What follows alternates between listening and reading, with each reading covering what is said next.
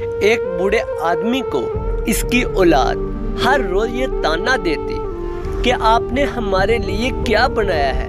बाबा जी ये सुनकर खामोश हो जाते। अगली सुबह फिर इसी बहस को लेकर बच्चे अपने बूढ़े बाप का जीना हराम करते और बेचारा बूढ़ा सब्र के साथ अपनी औलाद के इस ताने को सहता भी और सुनता भी, लेकिन खामोश रहता।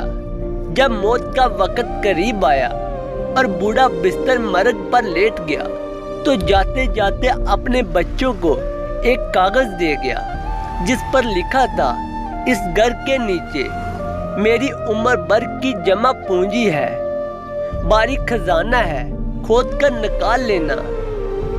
ये पढ़ना था कि बच्चों की खुशी का कोई ठिकाना न रहा। बड़े एहतराम से बाप की मैयत को दफनाया। फिर अगले ही दिन पूरे घर को मलबे के ढेर में तब्दील कर दिया और खुदाई शुरू कर दी। खुदाई करते इनकी नजर एक छोटे से संदूक पर पड़ी, जिसे खोला गया तो इसमें एक पर्ची पड़ी थी जिस पर लिखा था, अगर तुम सब इतने ही मर्द हो तो इसी घर को दोबारा बनाओ जैसे मैंने अपने खून पसीने बहाकर तमीर किया था। तुम्हारे सवाल का जवाब भी मिल जाएगा। बच्चे रही सही छत भी गवा बैठे।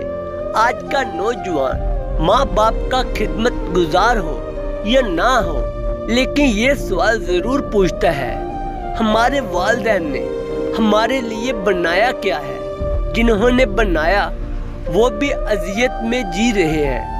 सच पूछें तो ऐसी औलादों के साथ ऐसा ही होना चाहिए जैसा इन बाबा जी ने किया।